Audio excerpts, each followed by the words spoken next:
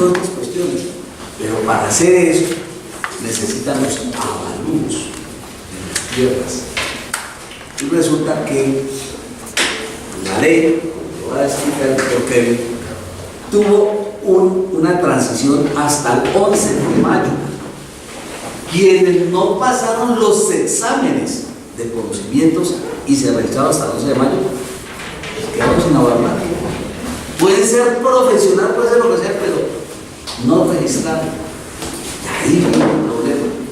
Ahí viene la situación de que ahora toca hacer el curso, toca hacer el registro y para poder ejercer la profesión.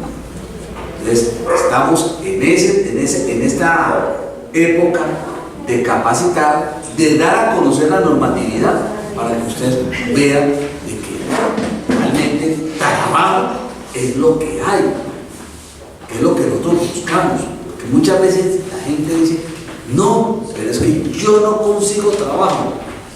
No necesitamos ser profesionales.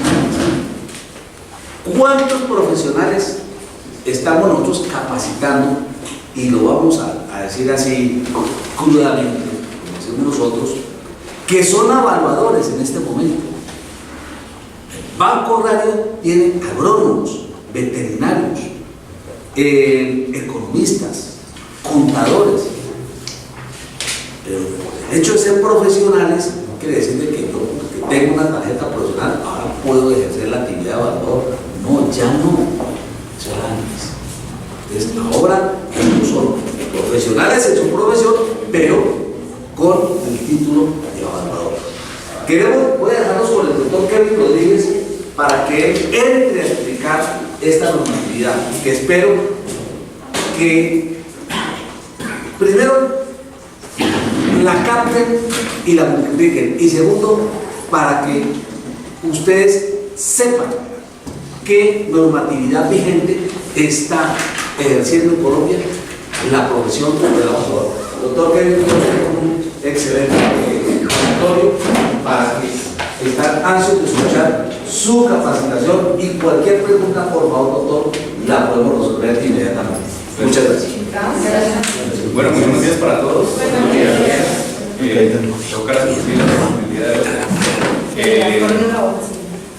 Bueno, en el día de hoy vamos a desarrollar nuestra actualización normativa en la ley inmobiliaria, y es importante, pues digamos que conocer y más bien desarrollar todo lo que tiene que ver los asuntos inmobiliarios y esa gestión que realizan las inmobiliarias a lo largo de pronto de su desarrollo profesional. Muchas veces las personas piensan que montar una inmobiliaria solamente es colocar una oficina, tener un par de bienes inmuebles, arrendarlos y ya.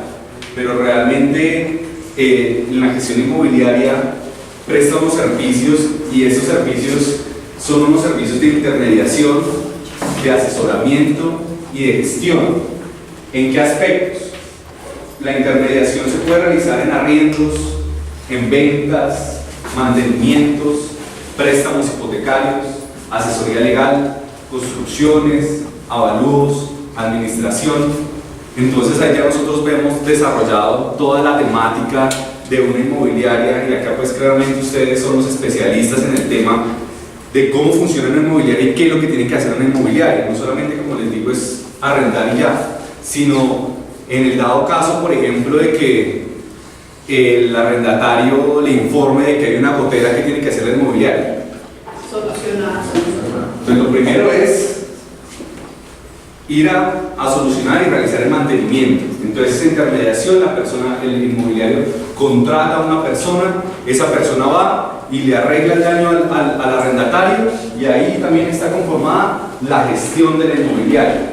¿Qué pasa, por ejemplo, si la persona le dice que pone a su disposición el bien para la venta? ¿Qué tiene que hacer la inmobiliaria? Entonces lo primero es una asesoría legal, ¿cierto? Entonces empiezan a revisar, bueno, ¿dónde está su certificado de tradición y libertad? Déjenmelo ver. Revisa ya el tema, el inmobiliario revisa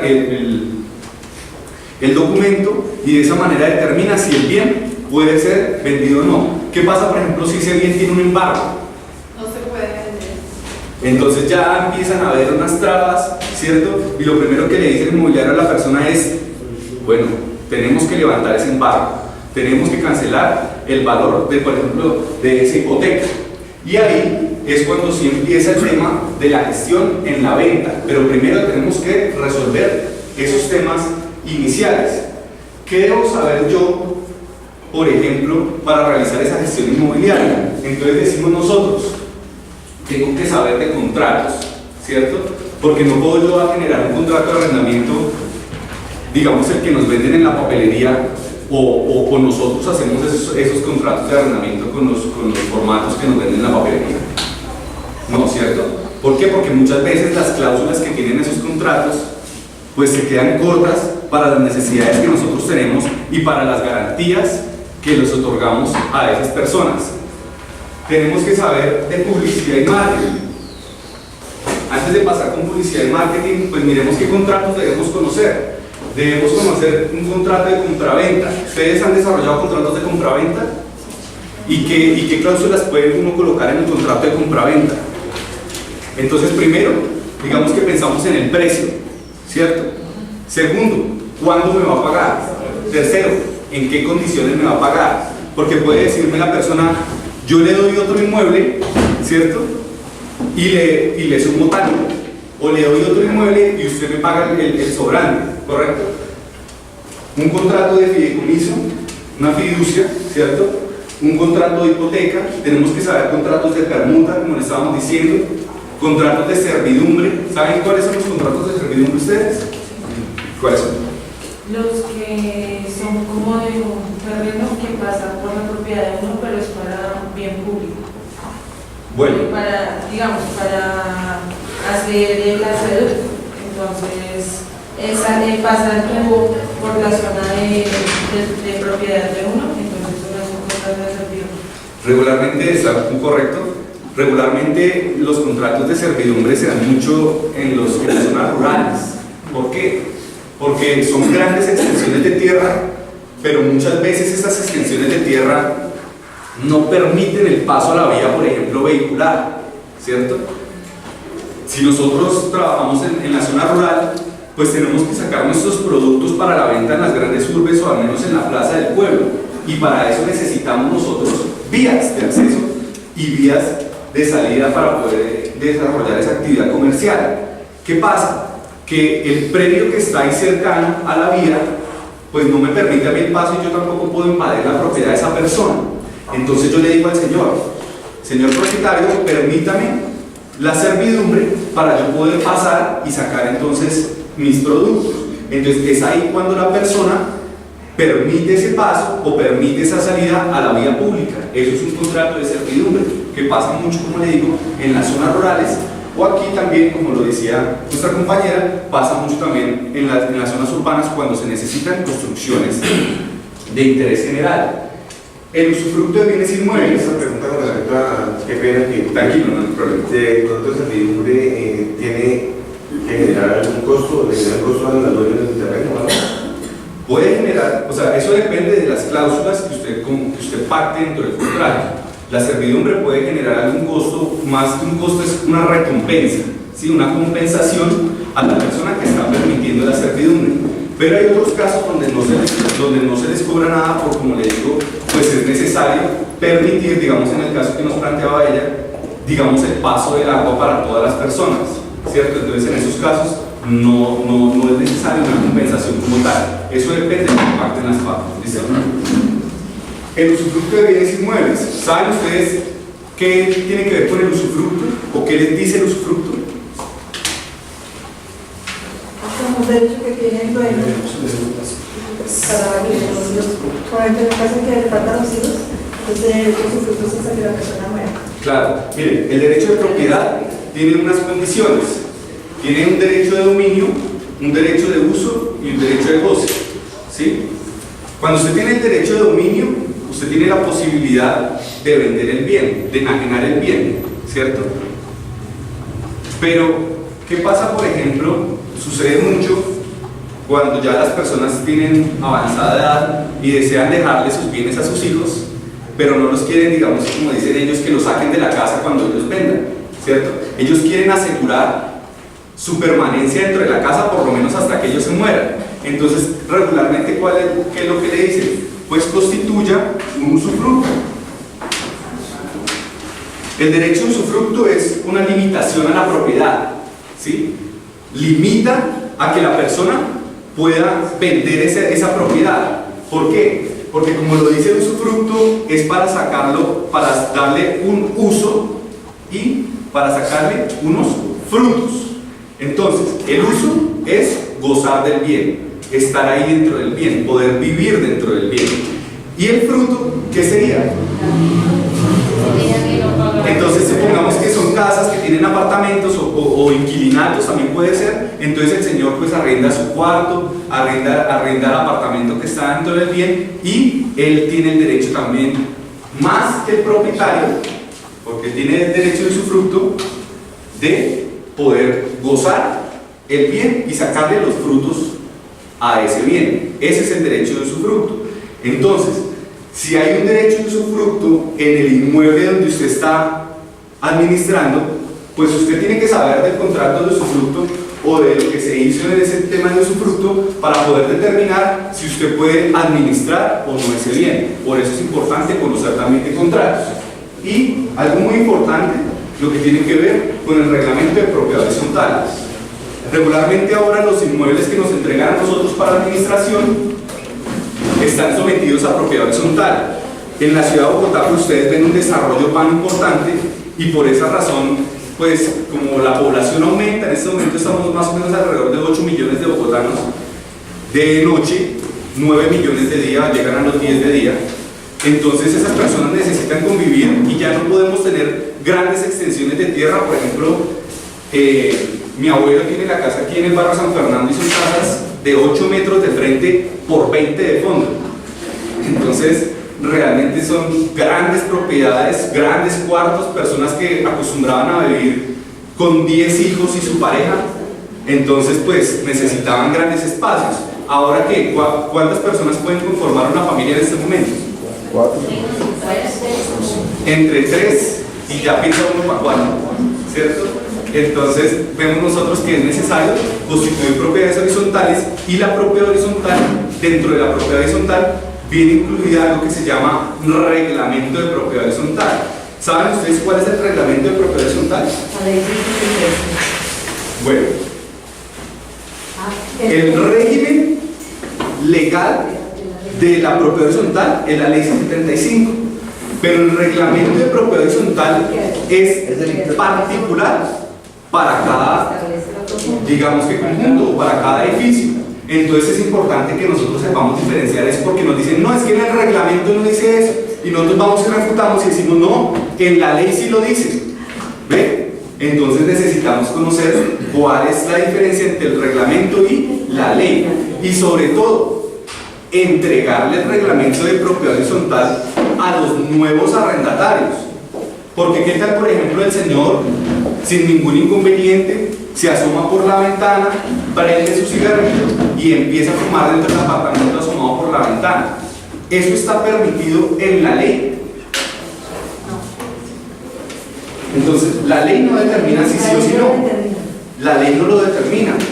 Pero el reglamento es posible que sí lo regule, y por esa razón, pues entonces nosotros debemos también conocer cuál es el reglamento. ¿Cómo viene estructurado el reglamento de propiedad horizontal, por ejemplo? El reglamento de propiedad horizontal es la escritura pública donde fue constituido el conjunto de edificios que nosotros estamos administrando. O no el conjunto que estamos administrando, sino el bien que nosotros estamos administrando dentro de esa copropiedad. Entonces es importante que nosotros conozcamos de esos contratos. Tengo una duda. Claro, sí, señora. ¿Y si fuera al revés, que haya algo en la ley y no esté concebido en el reglamento? ¿Pesa la ley sobre el reglamento? Bueno, es importante saber una cosa. La ley tiene todas las facultades, ¿sí? La ley es superior a cualquier reglamento. Por ejemplo, si dentro del reglamento dice que se pueden hacer adecuaciones dentro del bien inmueble a las 11 de la noche, ¿eso estaría correcto dentro de un manual de convivencia que regula este tema? No, ¿cierto? ¿Por qué? Porque causa molestias dentro de los demás copropietarios. propietarios, y la ley 675 dice que se deben evitar cualquier tipo de molestias, ¿cierto? Entonces ahí prima siempre la ley. Pero por ejemplo, en el caso que planteamos, digamos, planteamos un caso particular, los perritos van a hacer popó y el propietario no le recoge, ¿cierto? ¿Dentro de la ley 675 está regulado eso? No está regulado, ¿cierto? Pero dentro del reglamento o la misma asamblea ha determinado que se debe recoger el popó del perrito, o si no, tiene una multa, ¿ve? Entonces ahí eso no lo está regulando la ley, pero la regulación que hace el reglamento sí lo regula, y por lo tanto, como no va en contra de la ley, pues entonces debe ser aplicable y es totalmente válido. Y si en ese caso, de todas maneras, si no está estipulado, para eso está la 1801, que sí lo estipula. Es algo, regularmente las personas que han asistido, digamos, a mi clase de propiedad horizontal, y yo empiezo de esta manera. La ley 675 es del año 2001, ¿cierto? ¿Y la ley 1801 de qué año es? Bueno, primero, ¿cuál es la ley 1801? Es el Código Nacional de Policía y Convivencia. Ese Código Nacional de Policía y Convivencia es del año 2016. ¿Sí? Entonces, si hacemos comparación del 2016 al 2001, ¿cuántos años son? 15 años. Por lo tanto, el que vive en propiedad horizontal está 15 años adelante del que no vive en propiedad horizontal. Porque el que vive en propiedad horizontal está acostumbrado a respetar, está acostumbrado a recoger el popó, está acostumbrado a vivir en comunidad y vivir tranquilamente con sus vecinos. Pero el que no, hasta ahorita le llega la regulación, y por esa razón, pues digamos que hasta ahora empieza como a acoplarse a esa nueva ley, a ese nuevo Código Nacional de Policía y Convivencia. ¿Listo? Vamos a revisar el... Señor. Disculpe, doctor, una pregunta en este caso. Por ejemplo, en esto de la propiedad horizontal, cuando no se paga la administración a tiempo, ¿sí? Entonces automáticamente va a generar unos intereses que por mora. ¿Esos intereses o ese porcentaje quién lo regula? Ese porcentaje está regulado dentro de la ley 675. Nos dice a nosotros, debe aumentarse 1.5 veces el interés bancario fijado por la Superintendencia Bancaria, en este momento, Superintendencia Financiera de Colombia. 1.5 veces. Decimos nosotros, si usted no paga la administración, es algo vergonzoso. ¿Por qué vergonzoso? No porque nos tiene que dar vergüenza, no, sino porque dice la ley, si usted no paga, ¿sí? Si usted no paga la administración, entonces yo lo voy a publicar dentro del acta de la asamblea que usted no pagó. Y como el acta es publicada, pues entonces yo le pongo como moroso en la oficina de la administración. Entonces es algo vergonzoso, porque si usted no paga van a decir, vea, Pepito no pagó, y va a quedar usted registrado, y todos los vecinos, los visitantes no, pero todos los vecinos van a ver que usted no pagó. Entonces realmente pues es algo vergonzoso. Ese dato de la Superintendencia Financiera es como la TR del dólar, o sea, lo que esté al día. No, eso regularmente el interés bancario lo están fijando, digamos que mensualmente. Muchas veces uno escucha por las noticias, hey, subió el interés, o van a bajar las tasas de interés para motivar el crecimiento de la economía, ¿cierto? Entonces claramente es variable, ¿sí? Claramente es variable, y debemos nosotros revisar cada vez, por ejemplo, si manejamos propiedades horizontales, cuál es el interés bancario para aumentarlo y conformar el interés de mora. ¿Listo? Bueno, vamos a revisar también la gestión inmobiliaria con relación a la publicidad y el marketing. Este tema es importante porque ¿qué diferencia habría entre publicidad y marketing? ¿Alguien sabe? Aquí de pronto que tenemos diversas profesiones. Podemos nosotros entonces decir que la publicidad es el arte. El arte es como la imagen, como la proyección. Muchas veces la gente hace publicidad por Facebook, coloca un aviso en Facebook y ahí quedó su publicidad. Pero a la publicidad siempre hay que acompañarla de una gestión, de un seguimiento, de algo diferente, de algo que pueda lograr grandes cosas. La publicidad, no sé si ustedes han visto estos letreritos, arrienda, y acá abajo dice arrienda RV, por ejemplo, ¿cierto? Entonces ahí queda ¿qué? La publicidad, ¿sí? Pero el marketing va más allá. El marketing está en captar inmuebles y en dar a conocer los beneficios y servicios que presta la inmobiliaria. Miren, ahorita hay bastantes inmobiliarias y es algo muy usado en los que la persona va por la calle o nombran a personas que caminen las calles de la ciudad y revisen qué avisos de se arrienda no tienen inmobiliaria y empiezan a buscar y se topan con estos avisos, ¿cierto? Donde se arrienda y nadie tiene administraciones inmuebles. Entonces yo llego y llamo al 244-77XX y digo, aló, buenos días, sí, es para preguntar por el inmueble. Y ella me dice, sí, claro, cuesta 500.000 pesos el arriendo. Y yo aprovecho y le digo, señora, ¿por qué no ponen administraciones inmuebles para la inmobiliaria derecho y propiedad? Nosotros queremos administrarle ese inmueble y poner a disposición nuestros servicios y beneficios. ¿Y qué le responde la señora a usted? No, gracias. Le dice a usted, no, es que las inmobiliarias son terribles, es que las inmobiliarias ponen muchos requisitos, es que eso yo el otro día le puse en la inmobiliaria y me dejaron el inmueble vacío como 4 meses, ¿cierto? Pero ahí es cuando uno debe decirle a la persona, mire, tener el beneficio de una inmobiliaria administrando su bien, en el cual nosotros le otorgamos todas las garantías, primero en el pago del canon de arrendamiento y segundo en que su inmueble va a estar en perfecto estado cuando nosotros le retornemos nuevamente a su administración. Entonces la persona ya, pues ahí es donde está el marketing, ahí es donde está la persona convenciéndolo, ahí es donde está nuestra gestión de captar inmuebles y dar a conocer los servicios. Porque no solamente basta con que se arrenda RV inmobiliaria, sino se basta, ¿qué más? Hacer la gestión, hacer algo más para que nosotros podamos captar más inmuebles y por ende, pues recibir más ganancias de nuestros negocios. Además de eso, debemos nosotros conocer los aspectos legales. ¿A qué se refieren los aspectos legales? ¿Cómo se hace el registro de escritura en una notaría? ¿Alguien sabe cómo se hace ese registro? Entonces muchas veces nos dicen a nosotros, supongamos, metámonos nuevamente en la propiedad horizontal. ¿Qué pasa, por ejemplo, si usted no ha cancelado el canon en la administración y quiere vender el inmueble? Entonces lo primero es que usted necesita un pasisal Y actual. ¿cierto? Un pasisal. Dice la norma, sin el pasisalvo no le corren la escritura, ¿cierto?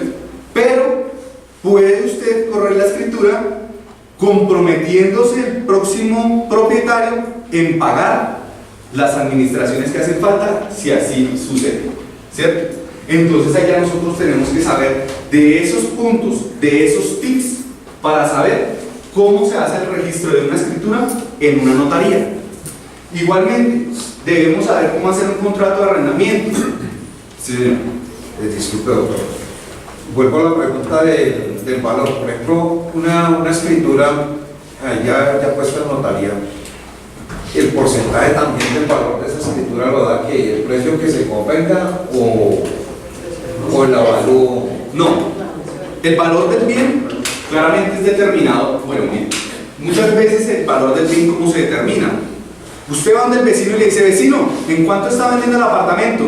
Y el vecino le dice, no, yo lo estoy vendiendo en 210. Y usted llega y dice, oiga, pero este apartamento está como más feito que el mío. Yo como que va a pedir 220 por el mío. ¡Pum! 220 millones. Entonces, ¿qué le dicen en la notaría? ¿Por cuánto lo están vendiendo? Por 220 millones. Entonces le dicen, ah, bueno, la escritura vale el 1% del valor de ese inmueble, ¿cierto? Alrededor de 2 millones de pesos. O le dicen, no, vale 0.5% del valor del inmueble, entonces vale 1.100.000, ¿sí? ¿Eso quién lo determina? Lo determina la notaría.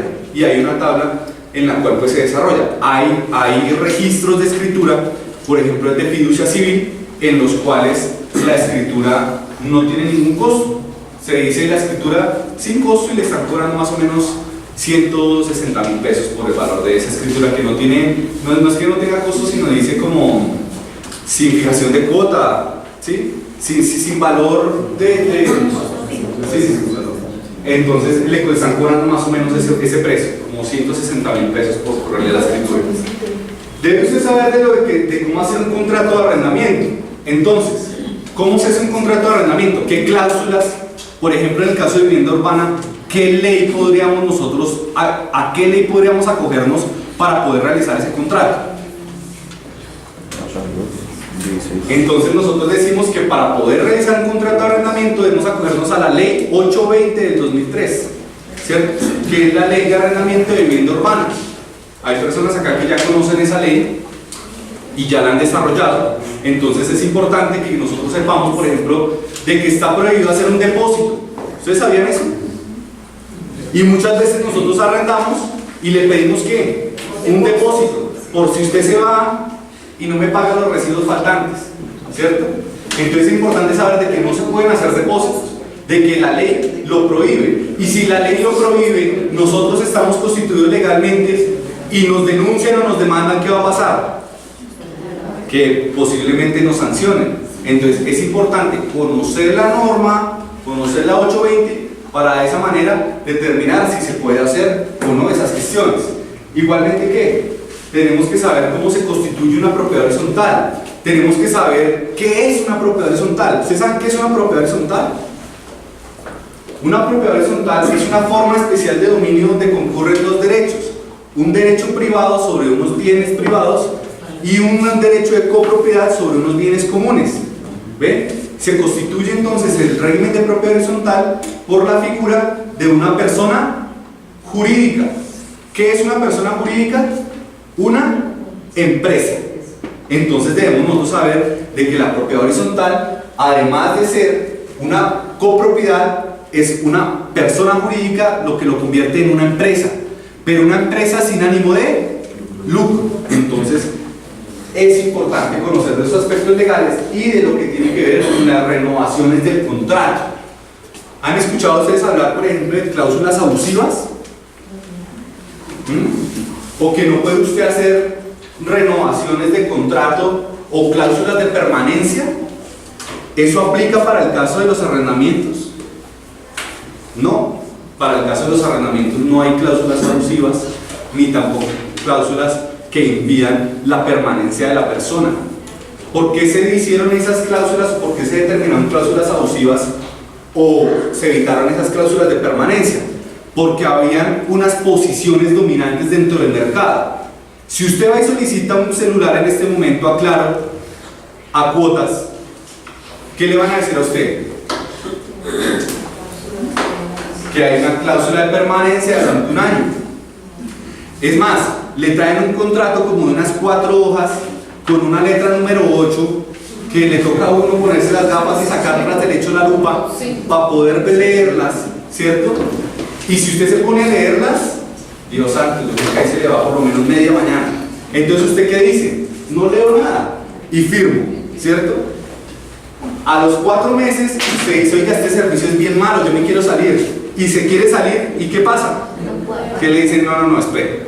Dentro del contrato, y se lo sacan, hay una clausulita, véala, que usted no leyó y se debe quedar acá. Entonces ahí que hay una posición dominante en el mercado, y eso lo reguló la Superintendencia de Industria y Comercio, diciéndole: no, espere, no puede usted aprovecharse de la posición dominante y debe usted dejar ir a la persona en cualquier momento.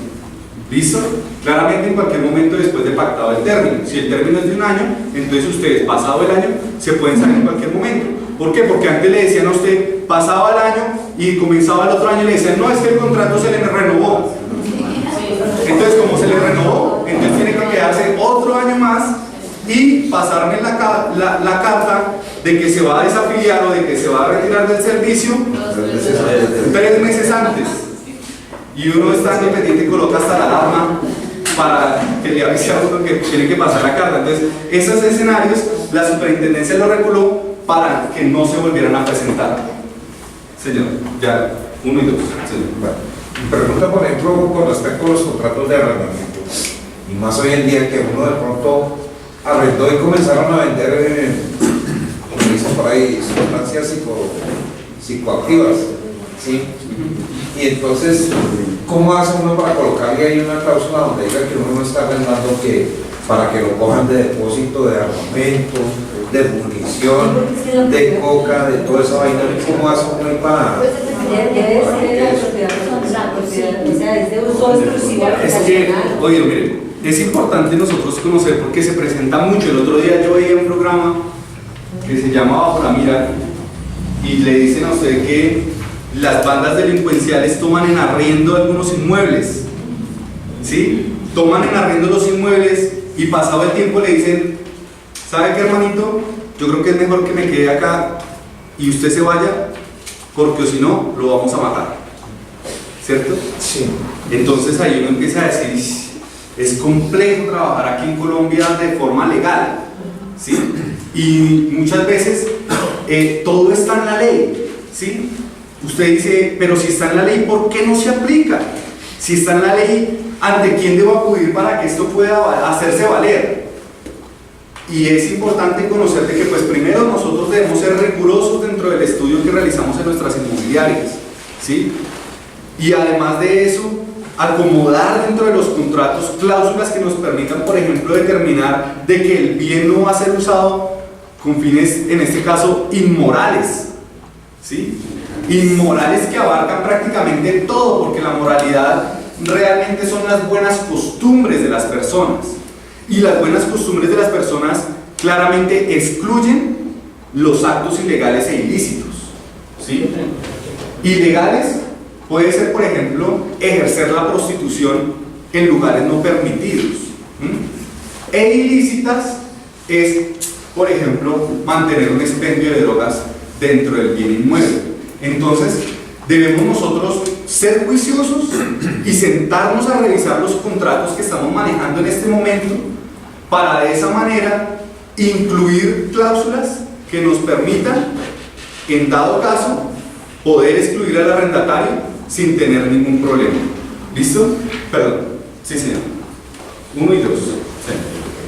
En relación a las renovaciones de contratos o a los mismos contratos, pues la superintendencia o la ley en general no ha restringido esas cláusulas de permanencia. Llámese que normalmente contrata por 1, 3, 5 años un arrendamiento y con renovaciones automáticas dentro de ese mismo contrato por periodos similares. O sea, no hay ese tipo de opción y está permitido. Correcto, sí. Sí, es importante conocer de que está totalmente permitido la cláusula. O sea, acá la cláusula de permanencia dentro de los contratos de arrendamiento no aplica, porque la ley regula y dice, si usted no avisa dentro de los 3 meses anteriores a la culminación del contrato, se prorroga automáticamente, ¿cierto? Perdón, 3. ¿El 1? Señor. Doctor, una preguntita. ¿Los contratos de arrendamiento y los requisitos son iguales para uno tomar en arriendo o arrendar un apartamento o una casa o una simple pieza donde uno está para arrendarla o para tomarla? Porque es que no hay un formato, los formatos de contrato son una cosa que uno nunca puede entender. Mire, es importante y es muy buena pregunta. Pasa mucho aquí en la ciudad de Bogotá que llega la persona y tiene una casa, por ejemplo, como la de mi abuelo, de 8 por 20, ¿cierto? Donde yo vivo en una zona donde tengo sala, comedor, baño, cocina, ¿sí? Pero tengo otro espacio similar, que no es totalmente independiente, pero es un espacio similar. Entonces, ¿qué pasa? Que le toca a uno dentro del contrato decir, le arriendo el espacio que está ubicado en el costado sur del bien, comprendido y limitado por el baño que está ubicado en la parte central del inmueble. Y entonces, ¿qué estamos haciendo nosotros ahí? Delimitando el espacio, porque sucede que nosotros vamos a hacer la restitución del inmueble y nos dicen, pero es que usted no está mostrando dentro del contrato cuál es el espacio que la persona está ocupando, y ahí nosotros nos estamos quedando cortos dentro de nuestros contratos de arrendamiento. Entonces es importante, como les digo, los formatos de la papelería en este punto ya nos queda difícil, digamos que, tenerlos en cuenta, porque nos damos cuenta que son cortos para el desarrollo inmobiliario que nosotros generamos o para el mismo arriendo. Entonces, ¿qué necesitamos nosotros? Primero, pues si no queremos hacer, o sea, lo más recomendable es, si yo necesito construir una casa, ¿a quién contrato?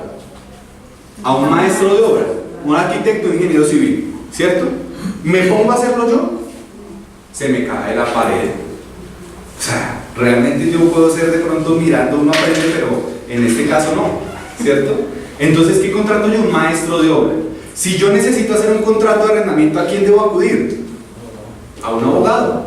Él es el que sabe. ¿Yo lo puedo hacer? Pues sí, yo me puedo sentar y ponerme frente al computador, revisar la ley y hacerlo de pronto de la manera más conveniente que yo considero. Pero no es correcto. Lo más correcto es conseguir un abogado. Segundo, si usted no quiere conseguir un abogado y quiere hacerlo usted, pues entonces tómese el tiempo de leer la ley 820 y de asesorarse de cómo debe usted delimitar ese bien para poder arrendarlo. Seguimos. ¿El segundo? En el caso de... Vamos dos intervenciones y seguimos, ¿vale?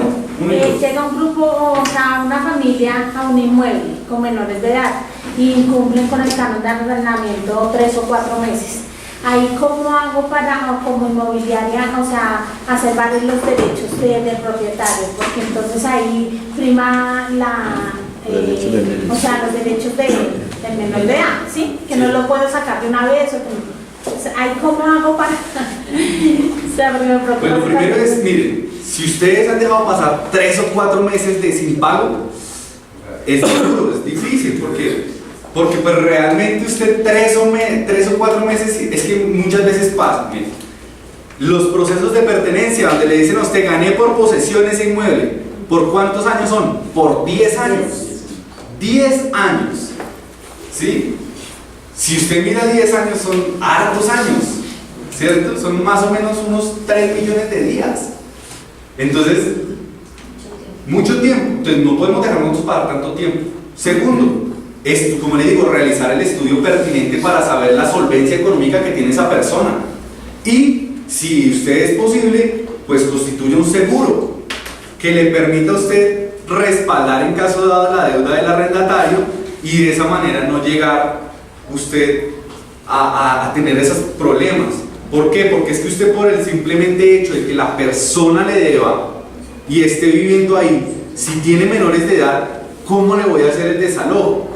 Porque es que la Constitución Política de Colombia manifiesta de que prevalecen los derechos del menor sobre cualquier otro derecho. Ahora peor, no sé si ustedes han visto la estrategia del caracol, ¿sí? Donde la persona le piden el bien inmueble y él se hace artimañas, hasta inventa que una persona está enferma y no la pueden sacar. Y cuando la policía llega y revisa el estado y revisa que hay una persona en cama, hasta le ponen suero y todo, pues dice, uy, no, yo acá no puedo hacer nada porque yo me meto en un problema. Y el policía, ¿qué dice?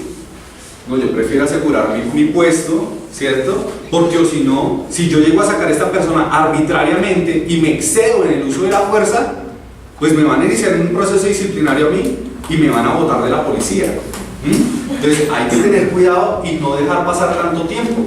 Si usted me da el primer mes, bueno, por favor, póngase al día.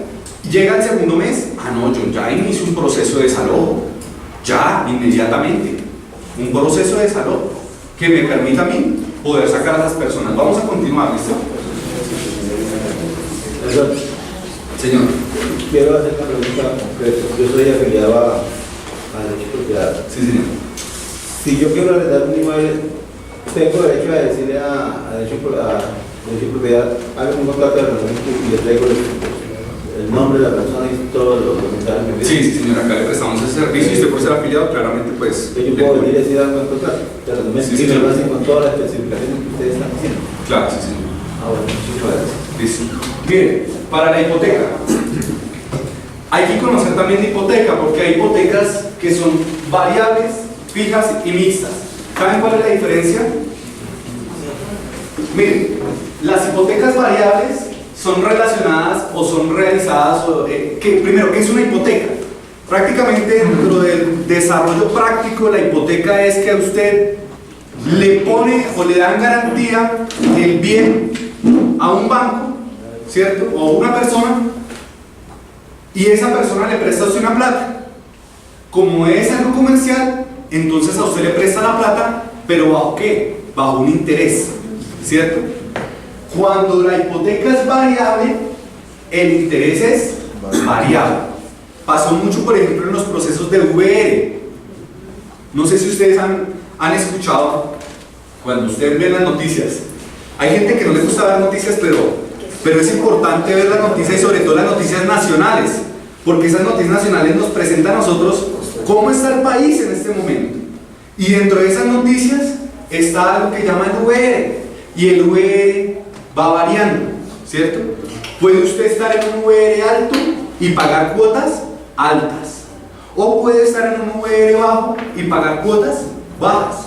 Eso es la hipoteca variable, que se fija dentro de un punto determinante y puede variar o no, y eso lo que genera es que usted o pague más o pague menos, dependiendo del estado del porcentaje que se genere. Cuando la hipoteca es fija, entonces ahí nosotros estamos pagando una cuota fija. ¿Qué pasa con la hipoteca mixta? ¿Qué creen ustedes? ¿Que unas veces sí y otras veces no? No. ¿Qué pasa con la hipoteca mixta? La hipoteca mixta lo que hace es, dentro de los primeros años, usted va a pagar un valor fijo.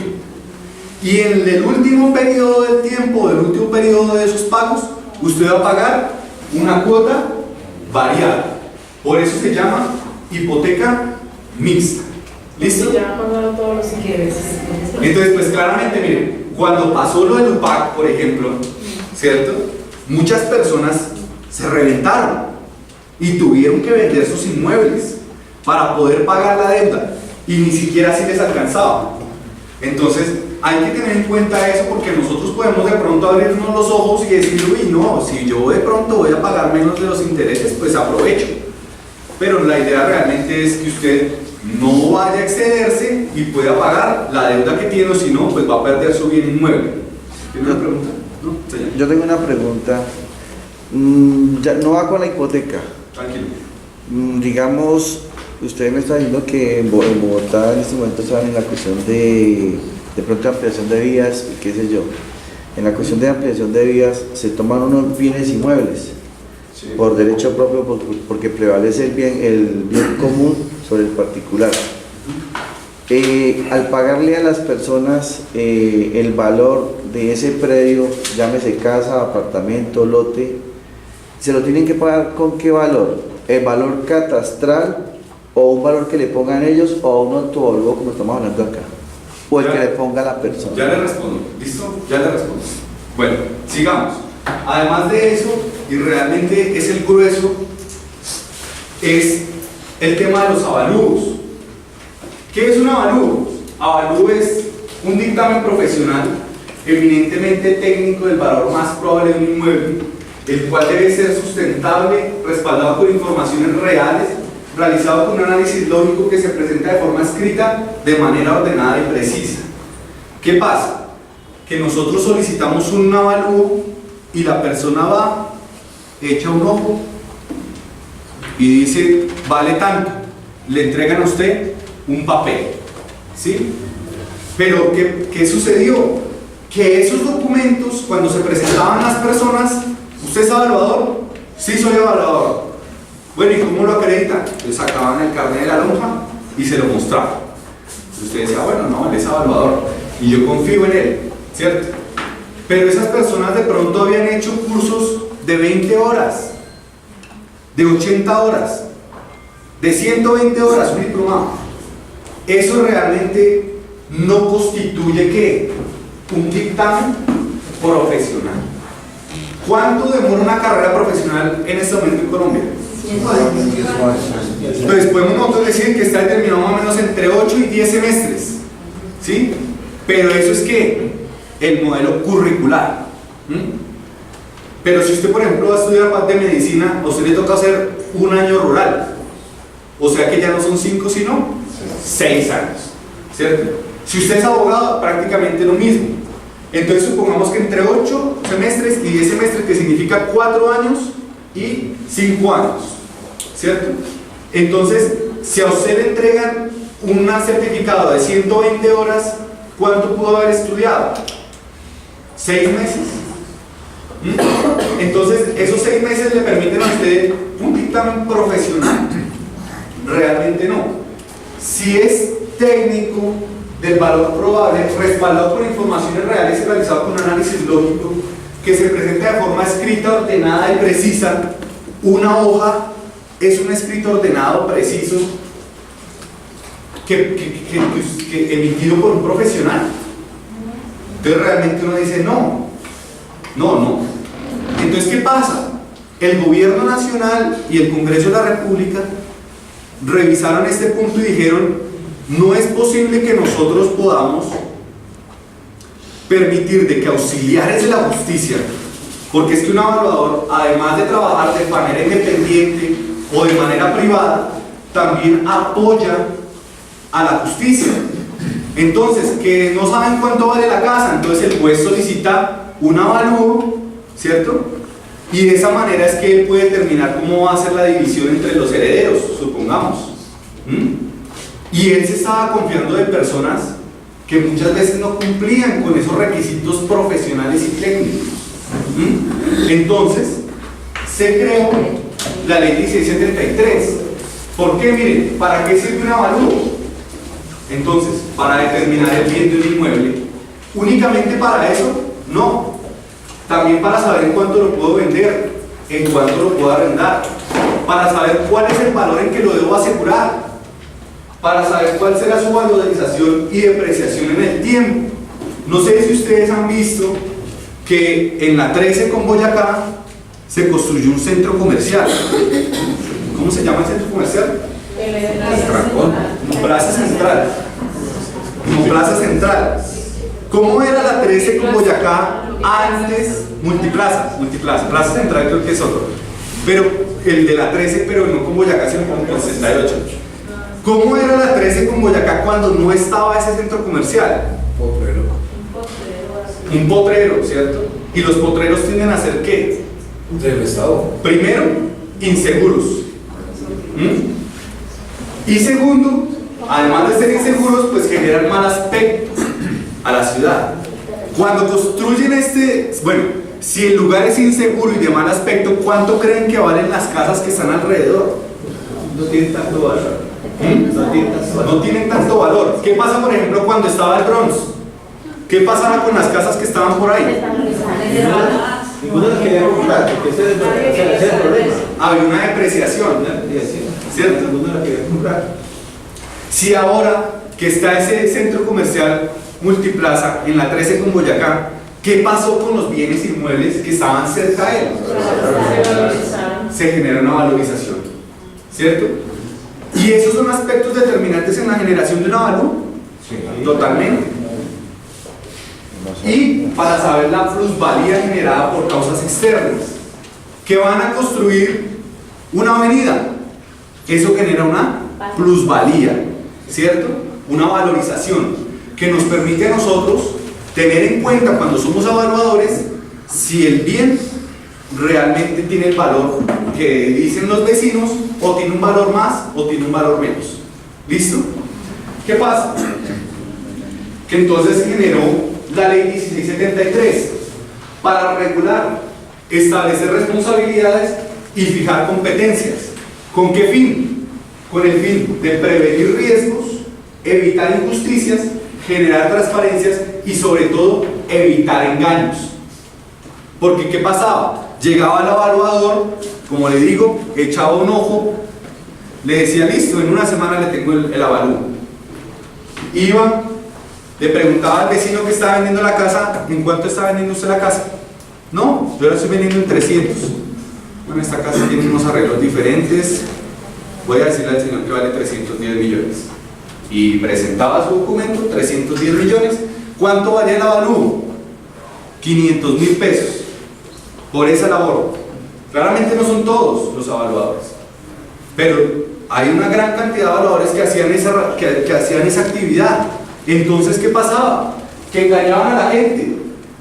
Y si el juez de la República se apoyaba en ellos para generar los avalúos, pues ¿qué estaba haciendo? Injusticias. Estaba generando injusticias, tanto para el vendedor como para el comprador. Porque si el vendedor estaba vendiendo menos, pues es injusticia con él. Y si el comprador estaba pagando más del valor, pues no es también injusticia con el comprador. Entonces es importante por eso la generación de esta ley 1673. ¿Qué pasa? Que esta ley 1673 creó algo que se llama Registro Abierto de Evaluadores. Es una plataforma donde la persona está inscrita, donde el evaluador llega y le dicen: señor, si usted es evaluador, debe estar inscrito en esa plataforma o en ese registro. Entonces, ya cuando las personas ven que hay un registro abierto de evaluadores, entonces ya hay una autoridad que lo regula. Por ejemplo, ¿quién regula a los abogados? El Consejo Superior de la Judicatura. ¿Quién regula a los contadores? La Junta Nacional de Contadores. ¿Ven? ¿Quién regula a los evaluadores? Entonces pueden estar inscritos en el registro abierto de evaluadores. ¿Qué pasa? Que le dijeron a usted: si usted quiere ser evaluador, o más bien si usted quiere inscribirse en este registro, debe o tiene dos caminos. El primer camino es un camino de transición. ¿Por qué transición? Porque habían evaluadores que ya estaban ejerciendo la actividad, que ya eran evaluadores. Entonces le dijeron a ellos: como ustedes ya son evaluadores, entonces usted tiene que presentar un examen en el cual certifique sus conocimientos y además de eso mostrar la experiencia que tiene como evaluador. Para eso le dieron un término hasta el 11 de mayo de 2018. El 11 de mayo ya pasó. Por lo tanto, el régimen de transición terminó. Ya nadie puede inscribirse en el régimen de transición o por medio del régimen de transición. Si usted era evaluador y no se inscribió a tiempo, de malas. Perdóneme, doctor, una preguntita. Estos requisitos y toda esta ley que usted acaba de explicar de los evaluadores rigen para solo la inmobiliaria de finca raíz o para vehículos, por ejemplo. Ya vamos para allá. ¿Listo? Un minuto, ya vamos para allá. Miren, el otro camino, ¿cuál es? El camino de la formación, el camino de la educación. Le dijeron a usted: si usted quiere ser evaluador, tiene que capacitarse. Y no capacitarse en cualquier lugar, sino en una institución reconocida por la Secretaría de Educación o por el Ministerio de Educación Nacional, con un programa que esté reconocido y certificado por el Ministerio de Educación Nacional y por la Secretaría de Educación Nacional. Y ya no van a ser 20, ni 40, ni 80, ni 120, no. Tienen que ser por lo menos 700 horas de estudio. 700 horas de estudio. ¿Cuántas son 700 horas de estudio en la práctica? Entonces, supongamos que estudiamos de 6 de la tarde a 9 de la noche, son 3 horas. De lunes a viernes son 5 días, 5 por 3 son 15. ¿Sí? 5 por 3, 15, al mes son 4 semanas, o sea, son más o menos 60 horas al mes. Entonces ya vamos diciendo 60 horas al mes. Dios santo, por lo menos un año. Un año. Pero es que un año ya nos está diciendo a nosotros: bueno, yo estudié un año para ser evaluador. Entonces ya cumplimos nosotros con el punto de que debe ser emitido por un profesional. Le están diciendo a usted: el evaluador es un profesional. ¿Por qué? Porque le está dando a usted un título. ¿La institución le está dando título? No. El que le da el título es el Registro Abierto de Evaluadores, porque le entrega a usted una credencial como evaluador. Entonces usted se está convirtiendo en un profesional. Habíamos dicho que ¿cuánto se demoraba una carrera profesional? 5 años. ¿Cuánto se demoran las 700 horas? Un año. Entonces ya decimos nosotros: somos un profesional que se demora menos tiempo y prácticamente estamos al mismo nivel. Miren, ¿Qué debe saber un evaluador según la ley? Porque la ley también le dice a usted, para ser evaluador debe saber de teoría del valor, de economía y finanzas, de conocimientos jurídicos generales, de ciencias o artes generales y aplicadas a las características de los bienes a evaluar. Además de eso, debe saber de metodologías generales de evaluación, debe saber de métodos matemáticos y cuantitativos y debe saber de la correcta utilización de los bienes. Ahí respondo la pregunta: ¿qué categorías o a qué categorías puede usted aplicar? Entonces, para eso emitieron el decreto 556 del 2014, decreto 556 de 2014, que nos dice a nosotros cuáles son las categorías, y les voy a pedir el favor de que me colaboren. En el inmuebles urbanos, ¿cuáles son las categorías? Casas, apartamentos, edificios, oficinas, locales comerciales, terrenos y bodegas situados total o parcialmente en áreas urbanas, lotes no clasificados en la estructura ecológica principal, lotes en suelo de expansión con plan parcial adoptado. Listo. Segunda categoría, inmuebles rurales. Inmuebles rurales. Terrenos rurales con o sin construcciones como viviendas, edificios, estanques, galpones, cercas, sistemas de riego, drenaje, vías, adecuación de suelos, pozos, cultivos, plantaciones, lotes en suelo de excavación sin plan parcial adoptado, lotes para el aprovechamiento agropecuario y demás infraestructuras de explotación situados totalmente en áreas rurales. La tercera categoría son recursos naturales y suelos de protección. Recursos naturales y suelos de protección. Bienes ambientales, minas, yacimientos y explotaciones minerales. Lotes incluidos en la estructura ecológica principal, lotes definidos o contemplados en el Código de Recursos Naturales Renovables y daños ambientales.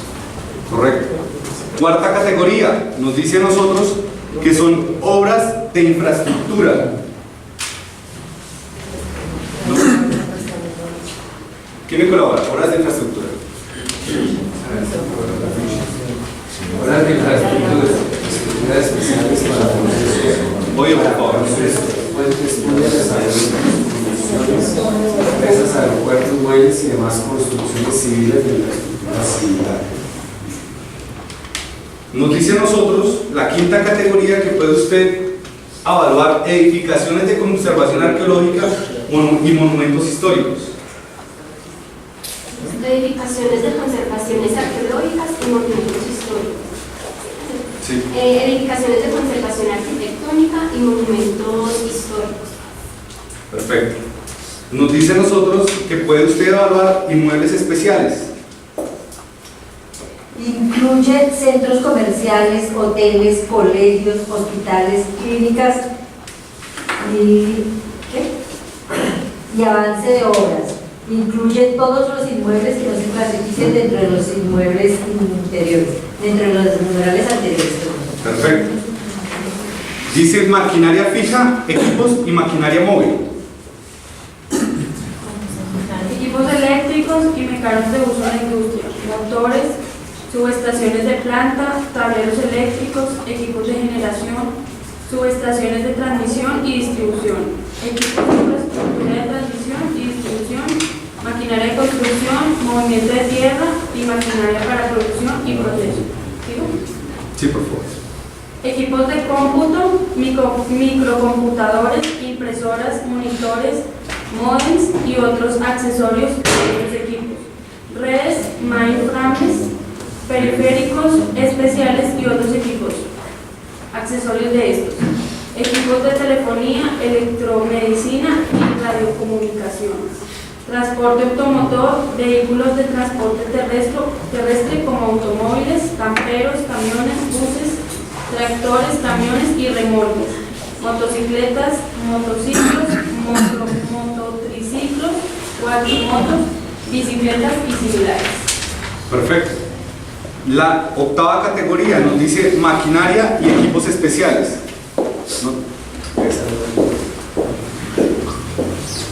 Maquinaria y equipos especiales especiales: naves, aeronaves, trenes, locomotoras, vagones, teleféricos y cualquier medio de transporte diferente del automotor descrito en la clase anterior. Vamos a la 9ª categoría. Son obras de arte, orfebrería, patrimoniales y similares. Artes, joyas, orfebrería, artesanías, muebles con valor histórico, cultural, arqueológico, paleontológico y similares. Perfecto. 10ª categoría. Semovientes y animales.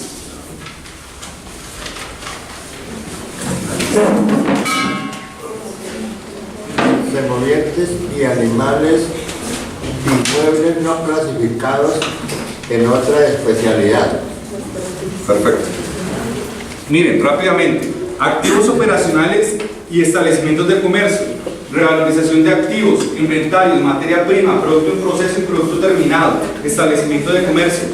12. Intangibles, marcas, patentes, secretos empresariales, derechos de autor, nombres comerciales, derechos deportivos, espectro radioeléctrico, fondo de comercio, prima comercial y otros similares. 13. Intangibles especiales, daño emergente, lucro cesante, daño moral, servidumbres, derechos herenciales y litigiosos y demás derechos de indemnización o cálculos compensatorios y cualquier otro derecho no contemplado en las clases anteriores. En total son 13 categorías: inmuebles urbanos, inmuebles rurales, recursos naturales, obras, monumentos, inmuebles especiales, maquinaria especial, obras de arte, maquinaria industrial, animales, empresas intangibles e intangibles especiales. ¿Qué puede avalar un evaluador? Todo. ¿Hay algo que no pueda avalar un evaluador en este momento? El amor.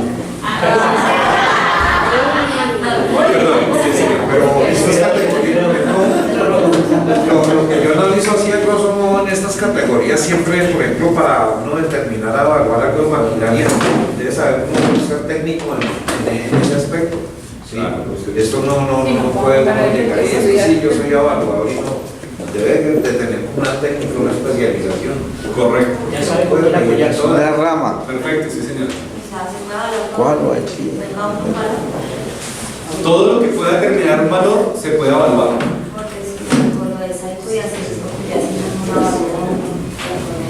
Correcto, eso sería propiedad intelectual. Bueno, ¿qué pasa? Ah, qué pena.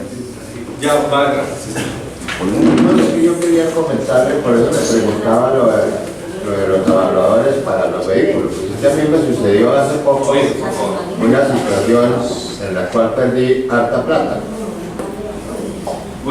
Yo estaba necesitando comprar un carro y me fui a la feria del carro, conseguí el carro que más o menos se me ajustaba a lo que yo medio sé de eso, pero entonces pusimos condición con el que me lo estaba vendiendo de ir a hacerle un avalúo y peritaje técnico en una empresa que se llama Colser Autos. Hasta ahí todo era muy bien porque yo había utilizado ese servicio ya varias veces y bien. Sucede que el señor que estaba vendiendo el carro desafortunadamente tenía comunicaciones, amistades con un bandido perito de allá de Colser Autos y le pasó una buena mordida, cosa desde luego que no la pude comprobar, pero que así fue. Le pasó una buena, como llaman ahora, una buena mermelada y me dieron un peritaje totalmente equivocado. El precio más o menos estaba bien, pero el estado real del vehículo estaba podrido, en el cual perdí buena plata. Claro. Miren, es importante pues cada vez que nosotros hagamos un negocio, pues claramente no está exento uno de esas artimañas, ¿sí? Pero sí es importante que nosotros pues tengamos también gente de confianza, que nos respalde dentro de las decisiones que nosotros tenemos y pues también tener un acompañamiento jurídico, ¿no? Señor. Una pregunta, si un juzgado me hace a mí, determina un peritaje sobre algo, me hacen el peritaje y el peritaje no creo que sea el acorde a lo que yo pienso, yo puedo contratar a otra persona, no como persona sino como empresa, porque imagino que se irá como empresa, puedo contratar para que haga un avalúo. En su debido momento, perdón, en su debido momento, ¿qué pasaría donde un evaluador, que sería la segunda pregunta ahí, un evaluador de un peritazgo y el otro me dé otro peritazgo, ¿a cuál me baso yo? Si me lo están dando dos. Bueno, usted está inmerso en un proceso judicial. ¿Sí? Un proceso judicial tiene dos partes. En el lugar civil, ¿no? Demandante y demandado. Y hay un tercero, ¿cierto?, que está tomando decisiones frente a esa controversia, frente a ese litigio. Esa persona es la que determina cuál es el avalúo más o el que más se asemeja a la realidad. Muchas veces puede usted no sino el juez, pedir una tercera opinión y que él sea el que realmente determine cuál es el bien. Porque claramente, si yo voy y solicitan un perito evaluador y el perito evaluador dice cosas, por ejemplo en el caso del señor, que no eran realidad, exacto, no cabe más. pues entonces usted puede llenarse de motivos y contratar otro evaluador, otro perito evaluador. ¿Qué es un perito? Primero que todo, ¿ustedes saben qué es un perito? Es una persona técnica de decisión. Una persona que tiene conocimientos idóneos en una rama específica. Un perito es un experto, ¿cierto? Por ejemplo, yo sé cocinar. A mí me quedan unos huevitos fritos muy ricos. ¿Eso me hace a mí perito en cocina? No, usted no es chef. Haciendo huevos quemados, pero no es chef. ¿Cierto que muchas veces no? Mire, yo puedo saber manejar. Es más, yo voy y presento mi examen aquí en el 7 de agosto de conducción y a mí me dan pase. ¿Eso me hace a mí perito en la conducción? No, porque perito es un experto. En este caso, ¿quién sería el experto? Pues depende de la controversia que usted tenga. Por ejemplo, se cayó el puente de Chirajara. Necesitaron contratar peritos. ¿Peritos en qué? En obras. Tanto así que trajeron hasta personas de España. Entonces, un perito es un experto. Y no cualquiera es experto. Por eso digo, no tan solo por yo saber, ya soy experto, no. ¿Sí? Sino un experto es alguien acreditado. ¿Sí? No, el señor es, ahí sí como dicen acá, el cajao. Tiene sus credenciales al día y tiene 30 años de experiencia. Ah, no, él se las sabe todas. Él es el perito. Entonces, ese es un perito. Entonces, usted, claramente hay muchos peritos en ciertos temas. 1, 2, 3, escoja cuál quiere contratar y que lo apoye usted. No quiere decir que por usted contratar el perito ya tiene que decir lo que usted quiere escuchar, no. Porque él es un experto, ¿cierto? Entonces, él es el que va a determinar, dependiendo de la ocasión, quién es el que en el caso del señor que contrató una entidad privada para que le hiciera el peritaje al carro, ¿no le cabe demanda ahí si él comprueba? Claro, pero es que él puede, por ejemplo, usted tiene el carro en su poder, ¿cierto? Digamos que ni siquiera lo pudo andar, se le andó de aquí a la casa. Entonces él puede contratar un perito que demuestre como prueba de una estafa, ¿cierto? De una estafa, porque le vendieron algo y él pagó un valor superior al que debía pagar, entonces eso es una estafa. Y él se apoya, ¿cierto?, en esas pruebas de ese perito para apoyar al juez, por eso decíamos de la justicia, ¿cierto? Y de esa manera poder determinar que hubo ese error, señor. A mí me surge la inquietud entre las dos palabras y el contenido de perito y evaluador. Digamos, cuando uno va y se toma capacitación las 700 horas, uno aprende a ser evaluador, más creería que no es un perito. En el caso de que estás comentando de los automóviles, de los vehículos, ser perito requiere esa experiencia, ese conocimiento, esa capacitación profunda. Puede evaluar o avaluar el bien, el vehículo, el inmueble, lo que sea, más no puede entrar a determinar hasta la profundidad del perito sobre el estado real del bien inmueble, o del bien automotor, o de la obra, o lo que sea. Entonces, ahí donde vamos, si uno hace el estudio, la capacitación, hasta dónde va realmente el caso, por ejemplo, de líneas iguales, porque la mayoría estamos inmersos en el tema, es hasta dónde somos peritos evaluadores de un bien inmueble o simplemente evaluadores en términos de bienes inmuebles. Bueno, miren, lo primero, así rápidamente, el término evaluador es diferente al término avaluador. No, tranquilos, no hay ningún problema, es para todos, ¿no? Es para todos. Evaluador es el que evalúa. ¿Sí? Por ejemplo, no, evaluar es, digamos que someter a otra persona a que cumpla unas competencias. Entonces dice, es que el profesor me evaluó, ¿cierto? Evaluó mis conocimientos. Entonces, el Señor pone a consideración propia los conocimientos de los demás, o sea, evalúa.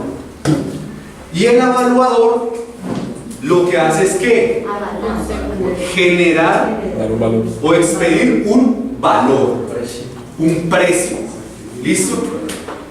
Ahora, con relación a la pregunta, si yo soy abogado y me dicen a mí, oiga doctor, ¿será que yo puedo hacer esto de esta manera?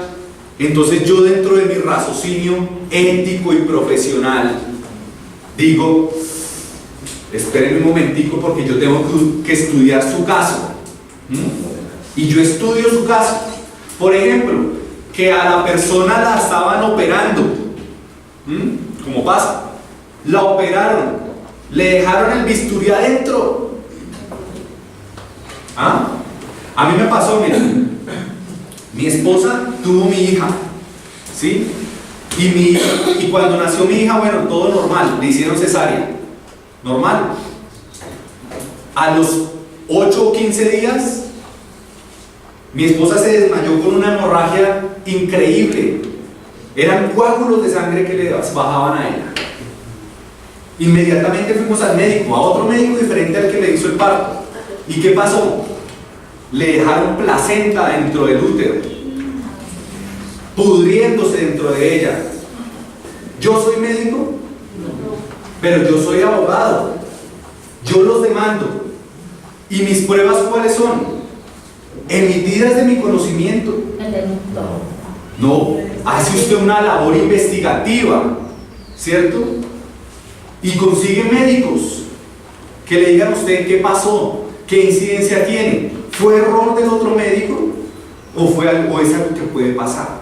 Entonces el otro médico le dice, no. Si a esa persona hubiera tenido el parto natural, pues claramente hubiera sido por arte del azar, dice uno. Pero fue por cesárea, o sea, la vieron, le vieron por dentro, tenían que limpiarla todo. Entonces es negligencia médica. ¿Eso lo determiné yo como abogado? No. Pero yo sí hice la labor investigativa y me llené de pruebas para poder demandarlos y hasta ganar la demanda. En el caso del evaluador, si quiere evaluar una maquinaria amarilla y ser perito en ese punto, pues claramente el señor quizás hasta ni siquiera haya tocado un tractor o no lo sepa ni siquiera manejar el tractor, pero la labor profesional de él sí lo lleva a generar pruebas, a documentarse para de esa manera determinar el valor de esa maquinaria amarilla. Es que mire, cuando uno trabaja aquí en la empresa y de pronto genera cargos importantes, uno empieza a darse cuenta la pertinencia de tener profesionales en las diversas áreas. Como le digo, yo puedo ser el director de esta empresa, pero yo no soy contador. Yo tengo que contratar una contadora. Yo no soy administrador de empresas, un administrador de empresas. No sé de ingeniería industrial, por lo tanto no sé de procesos. Entonces, ¿sí ve? Todo se va apoyando. Y eso es lo que me genera a mí la oportunidad de ser perito. Y el perito es que el perito es un auxiliar de la justicia, un profesional en el que el juez se apoya para poder generar un dictamen, porque el juez de la República tampoco ni es médico, ni es ingeniero, ni nada de eso, pero seguramente condenarán a los responsables de la caída del puente de Chirajara, ¿o no? Sí, claro. ¿Y con base en qué? Lo que digan los peritos, ¿cierto? Entonces es por eso. Vean, continuemos con nuestra capacitación. Entonces, en este momento la ley nos dice a nosotros que debe generar, que se deben establecer unas ERA. ¿Qué son las ERA? Unas entidades de regulación de evaluadores. Esas entidades reconocidas de autorregulación son reconocidas por la Superintendencia de Industria y Comercio. En este momento, la que tiene plenas facultades, la Autorreguladora Nacional de Evaluadores, ANA, y la que tiene facultades, digamos que en desarrollo, o no tantas facultades, ya veremos cuáles son las facultades, es la ANAP. ¿Listo? Ellas son reconocidas por la Superintendencia de Industria y Comercio, son entidades gremiales sin ánimo de lucro. ¿Saben qué son entidades gremiales? ¿Saben qué es gremial? Los gremios son asociaciones, pero asociaciones profesionales o de labor. Por eso ustedes escuchan, no, que el gremio de los taxistas van a taponar la ciudad, o que el gremio de transportadores entraron en paro, ¿sí? Entonces ya nosotros asociamos que el gremio son las asociaciones que se dedican a ciertas actividades. En este caso, si son gremios de evaluadores, pues son todo lo que tiene que ver con las lonjas. ¿Listo? Las lonjas. Entonces, ahí vemos nosotros que no se excluyeron a las lonjas de plano, sino que lo que hacen es nuevamente incluirlas en la norma, pero como reguladores. ¿Listo? Reguladores sin ánimo de lucro. ¿Cuáles son las funciones de esas entidades? Entonces tenemos una función normativa, que es que esas personas den a conocer la norma, que es lo que estamos haciendo en este momento. Una función de supervisión, que es vigilar y verificar que los evaluadores cumplan, ¿sí?, con los requisitos y con los requerimientos establecidos. Además de eso, una función disciplinaria, en la cual consiste en imponer las sanciones respectivas a los evaluadores o a las empresas que estén generando avalúos sin los respectivos sin las respectivas credenciales de sus evaluadores. Y una función de registro abierto de evaluadores, ¿la anterior? Y una función de registro abierto de evaluadores. Entonces son 4 funciones. Función normativa, ¿en qué consiste? En dar a conocer la norma. Función de supervisión, ¿en qué consiste? Vigilar. Función de disciplinaria, además de vigilar, imponer sanciones. Y una función de registro abierto de evaluadores, la cual consiste en inscribir los evaluadores al registro abierto de evaluadores. Esas son las funciones de la CERA. ¿Qué pasa si un evaluador no está inscrito? Entonces ahí ya vamos nosotros atando cabos. La Superintendencia de Industria y Comercio, si ustedes han escuchado, imponen sanciones cuantiosas, ¿cierto? El otro día yo escuchaba que habían sancionado a una empresa porque había licitado con Ecopetrol, había dicho que eran 2 empresas diferentes para poder licitar, y al final no, era la misma empresa que había creado 2 personas jurídicas paralelas que decían que eran competencia para poder ganar la licitación. ¿Y qué pasó? La ganaron, pero a la Superintendencia de Industria y Comercio lo sancionó. Pasa también mucho por publicidad engañosa, que es el punto que estamos tocando acá. El otro día un restaurante lo sancionaron con 270 millones de pesos. ¿Cuántos son 270 millones para una empresa? Prácticamente, bueno, hay empresas que prefieren pagar la multa y seguir cometiendo, digamos, las irregularidades, pero para otra empresa 270 millones es harto. Decían que vendían un paquete de 8 alitas y no eran 8 alitas, eran 4 alitas partidas por la mitad. ¿Ve? 4 mazorcas, no eran 4 mazorcas. Miren, va a pasar algo. En este momento nos van a quitar la luz, ¿sí? Yo puedo desarrollar la capacitación si ustedes me lo permiten. Si no, pues entonces digamos que culminamos. No nos queda mucho, pero nos van a quitar la luz en cualquier momento. No importa, seguimos las cosas. Bueno, la pregunta es importante. Miren, entonces, esos evaluadores, entonces, a esa empresa la condenaron con 270 millones, ¿sí ven? Por publicidad engañosa. Estoy vendiendo 4 mazorcas y 8 balas. ¿Vendía 4 mazorcas y 8 balas? No. Vendía 4 balas partidas por la mitad y 2 mazorcas partidas por la mitad.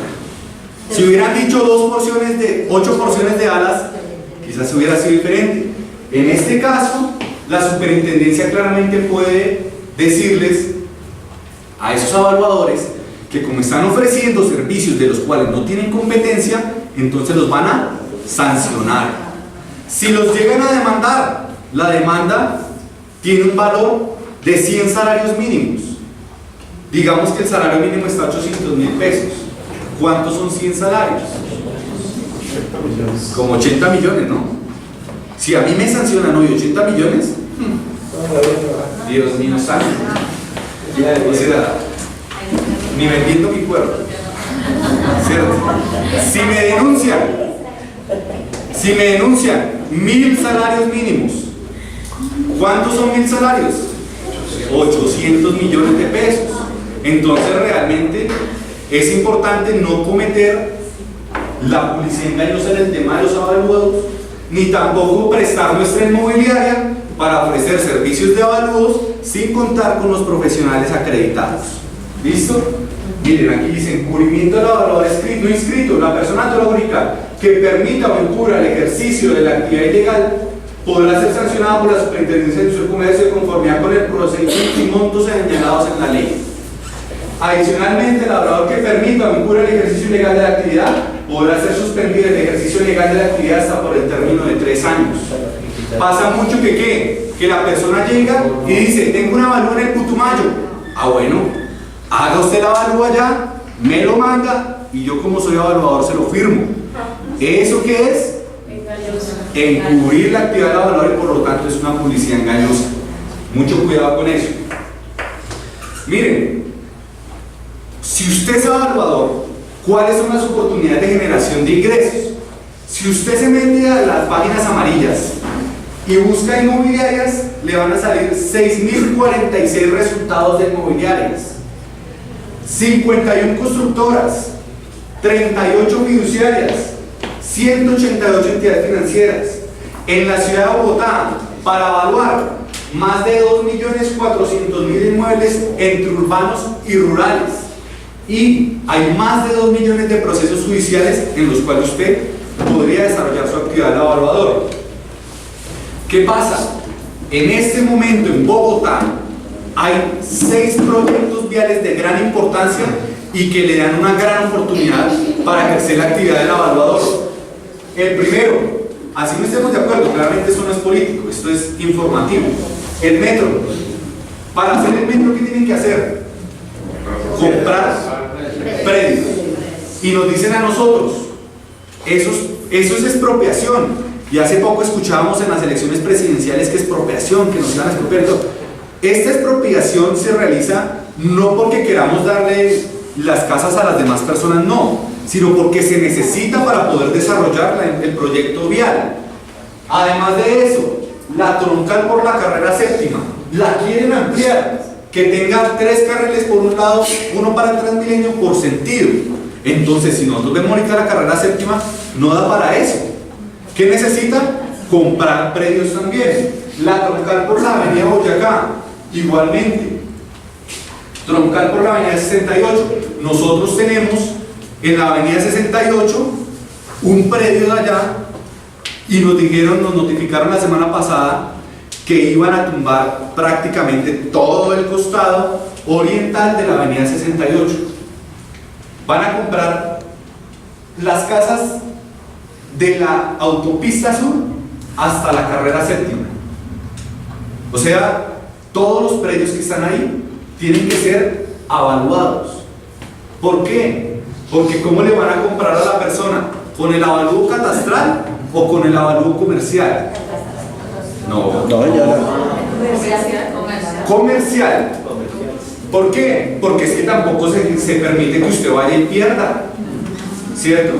¿Usted cuánto puede generar el avalúo de su casa? No, mi casa está evaluada en catastralmente 60 millones. ¿Cuánto me la vende? Uy, no, es que esa casa me la dejó mi mamá. A mi mamá se la dejó mi abuela. Dios mío, no, eso genera un sentimiento importante. Yo creo que 300 millones está bien. Entonces dije, bueno, como usted pide 300 y el avalúo está por 60, ¿quién determina el valor? Un evaluador. Ampliación de la calle 63. Igualmente, si ustedes pasan por el jardín botánico, ven que eso está tumbado, ¿cierto?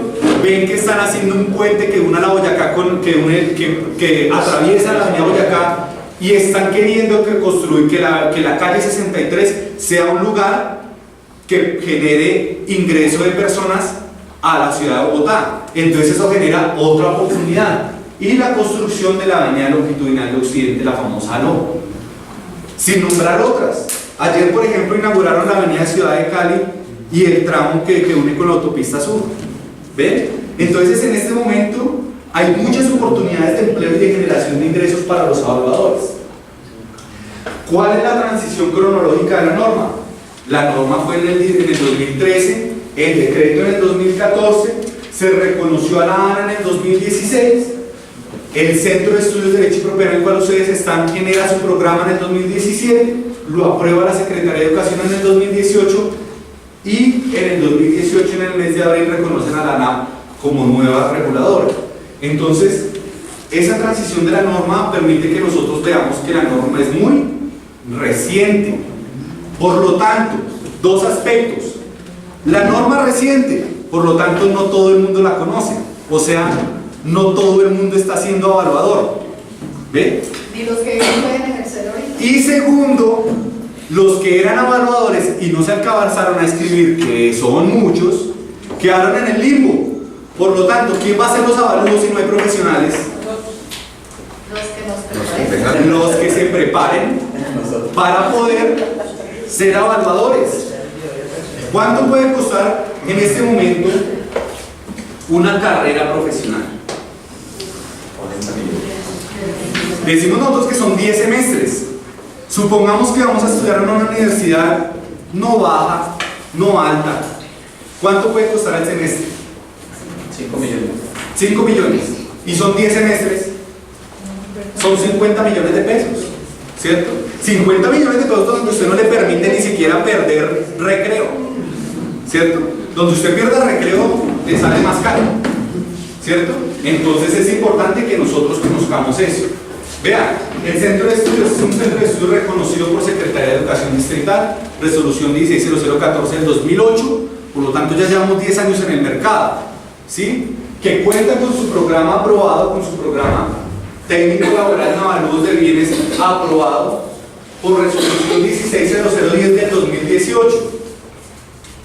Una intensidad horaria de 700 horas, lo que exige la ley. ¿Cuántas son las 700 horas que dijimos? Un año. 700 horas, 2 semestres, un año. ¿Listo? Además de eso, nos dice a nosotros que son 12 materias en total. ¿Sí? Se ven todos los índices temáticos que nos desarrolla la ley. Y la inversión en matrícula, 100.000 pesos en matrícula. Usted aparta su cupo con 100.000 pesos. Y cancela 990.000 por cada módulo que usted ve. En total son 4 módulos. Entonces vemos nosotros que ya no son 50 millones para ser profesional, sino alrededor de 3.600.000.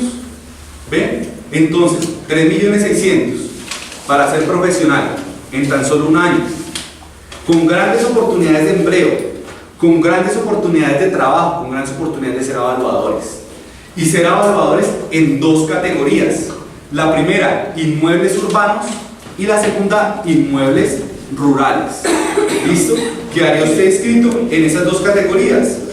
La idea, como ustedes pueden ver en sus volantes, es que ustedes se puedan convertir en evaluadores. ¿Cuándo empiezan? Vengan, convertirse en evaluadores con una entidad reconocida, ¿sí?